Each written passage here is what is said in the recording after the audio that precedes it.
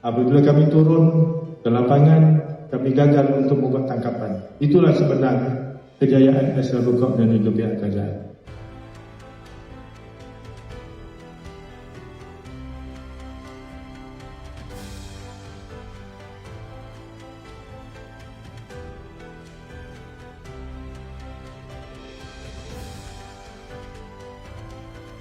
Pengakuasaan undang-undang ini bukanlah untuk mengaibkan, malah untuk menyantuni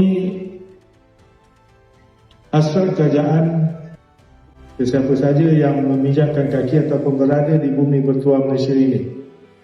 Hendaklah menghormati undang-undang mengenai sampah kecil yang telah pun diluluskan, malah telah pun diperkenankan oleh Yang di-Pertuan Agong. Hari ini juga di Liga Perlis telah diadakan kempen kesedaran melalui kempen hargai makanan elakkan pembaziran.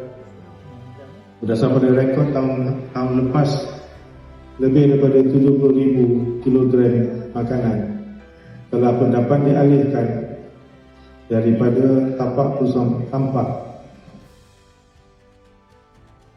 Hargai makanan, elakkan pembaziran. Jangan lupa, kebersihan adalah tanggungjawab bersama. Rakan-rakan, kebersihan adalah hero wira yang tidak pernah kami lupakan. Jasa rakan-rakan wira ini amat dihargai dan semestinya kami tidak mampu untuk membalasnya.